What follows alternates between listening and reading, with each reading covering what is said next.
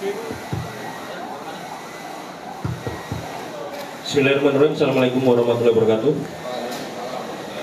Yang saya hormati Bapak Kapolsek Sukun, Pak Yoyo, Pak Kanit Reskrim Polsek Sukun, Pak Yudi, Pak Kasatahti, kemudian Pak Kasiumas, juga teman-teman dari Polresta maupun teman-teman dari media yang berbahagia.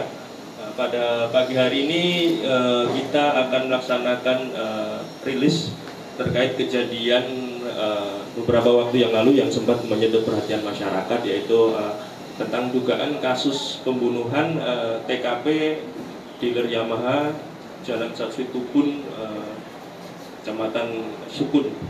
Jadi awal mulanya adalah ketika itu petugas Polsek Sukun mendapatkan laporan dari masyarakat yang mendapati kira-kira pukul 7 pagi ada seseorang yang tergeletak dengan posisi terbaring, menyamping dengan kondisi pada daerah sekitar yang bersangkutan ada genangan darah. Kemudian melaporkan kepada petugas Polsek Sukun, kemudian petugas Polsek Sukun menghubungi kami dari Satreskrim Polresta Malang Kota untuk bersama-sama melaksanakan olah TKP tersebut. Jadi ketika itu langkah yang pertama kami lakukan adalah melaksanakan olah TKP, kemudian membawa korban ataupun jenazah korban ke RSSA untuk dilakukan visum. Dari hasil visum diketahui bahwasanya jenazah dari korban ini perkiraan sudah meninggal sekitar 6 sampai 7 jam semenjak ditemukan. Jadi estimasi antara pukul 00.00 sampai pukul 02.00, estimasinya seperti itu. Karena ada spare waktu 1 jam maju dan mundur. Setelah itu kami melakukan penyelidikan, kita sempat memeriksa kurang lebih ada 11 saksi. Ada 11 saksi, kemudian juga melaksanakan penyelidikan terkait siapa saja yang berada di tempat kejadian pada waktu kejadian, hingga akhirnya mengerucut ke 8 saksi. Kemudian dari 8 saksi itu kita lakukan pemeriksaan secara maraton dan juga mengecek keterangan dari para saksi tersebut, hingga akhirnya mengerucut ke 3 saksi. Kemudian kita lakukan pendalaman kembali hingga akhirnya kita menemukan tersangkanya.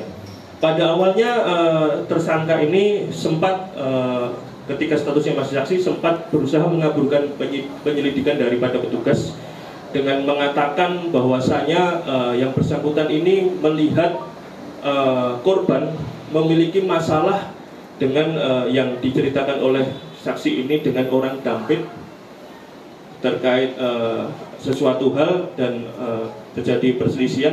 Orang dampit tersebut membawa linggis yang dibungkus dengan isolasi.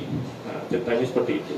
Namun ketika kita lakukan pendalaman dan juga kita cek kebenarannya, ternyata tidak bisa dikonfirmasi cerita tersebut.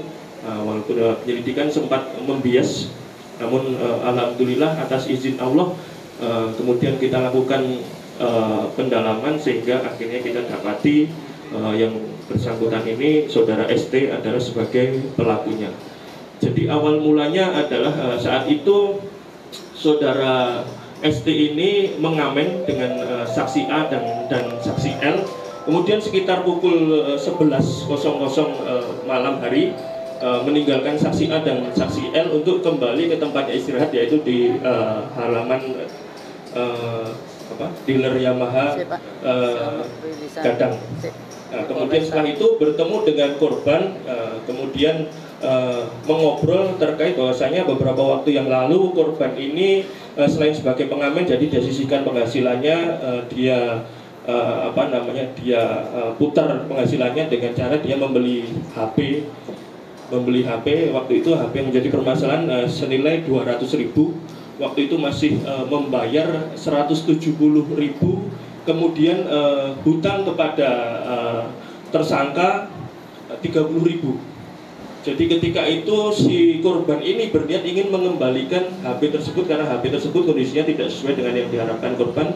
Kemudian tersangka ini menasihati korban agar tidak bisa seperti itu. Kalau orang jualan itu harus komitmen lah, seperti apa itu. Akhirnya terjadi cekcok, keluarlah kata-kata yang menyakiti hati pelaku atau tersangka ini, sehingga dengan serta-merta mengambil paving yang tergeletak di sekitaran lokasi TKP, kemudian dihantamkan ke pelipis sebelah kiri dan juga kepala bagian belakang. Nah, ini sesuai dengan hasil visum, ada luka di pelipis sebelah kiri dan bagian atas telinga dan juga kepala bagian belakang dan juga leher yang patah akibat benturan keras benda tumpul. Gitu.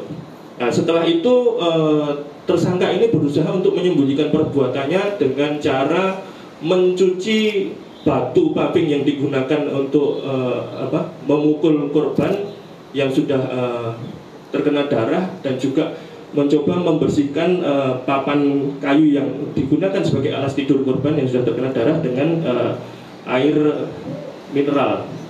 Nah, sehingga waktu petugas melaksanakan olah TKP, batu tersebut posisi sudah bersih.